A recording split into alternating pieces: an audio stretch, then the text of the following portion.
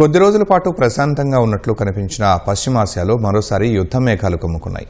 Gulf దేశాల్లోని America స్థావరాలను Iran లక్ష్యంగా చేసుకుంది.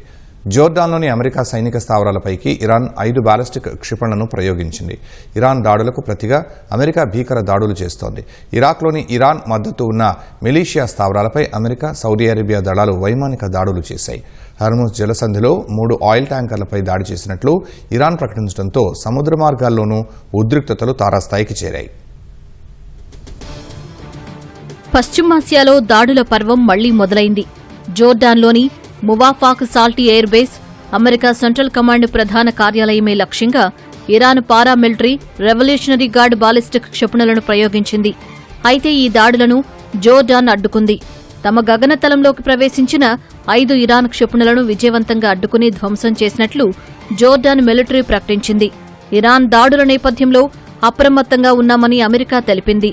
దాడులు పునరావృతమైతే తీవ్ర పరిణామాలు ఉంటాయని ఇరాన్ను హెచ్చరించింది. గత 72 గంటల్లో ఇరాన్ ఆదేశాలతో జరిగిన 30కి పైగా డ్రోన్ దాడులకు ప్రతీకారంగా అమెరికా, సౌదీ అరేబియా సంయుక్త ఆపరేషన్ చేపట్టాయి. తూర్పు ఇరాక్లోని మిలీషియా ఆయుధ, లాజిస్టిక్ స్థావరాలపై భీకర దాడులు చేశాయి. ఈ దాడుల్లో 20 మంది మిలీషియా ఫైటర్లు మరణించగా 32 మంది గాయపడినట్లు ఇరాన్ మద్దతు ఉన్న సాయుధ సంస్థ పాపులర్ మొబిలైజేషన్ ఫోర్సెస్ PMF వెల్లడించింది. ఈ పరిణామాల తీవ్రత దృష్ట్యా ఇరాక్ ప్రధాని అలీ అల్ జైదీ అత్యవసర జాతీయ భద్రతా మండలి సమావేశాన్ని ఏర్పాటు చేశారు. పొరుగు దేశాలపై దాడులకు తమ భూభాగాన్ని వాడుకోనివ్వబోమని ఇరాక్ మిలిటరీ స్పష్టం చేసింది.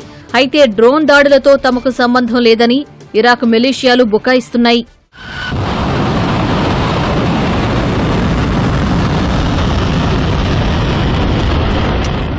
మరోవైపు సముద్ర మార్గాల్లోనూ హైటెన్షన్ వాతావరణం నెలకొంది.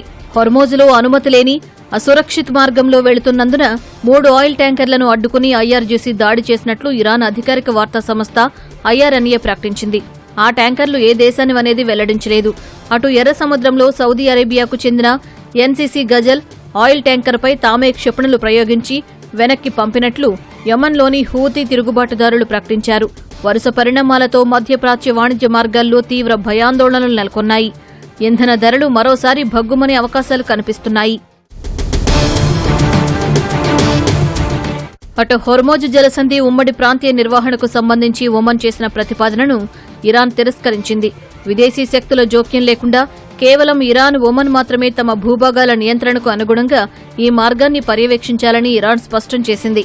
అమెరికా, ఇరాన్ యుద్ధం కారణంగా నిలిచిపోయిన నౌకా రవాణాను, వాణిజ్యాన్ని పునరుద్దరించేందుకు ఒమన్ ఈ ప్రణాళికను తీసుకువచ్చింది.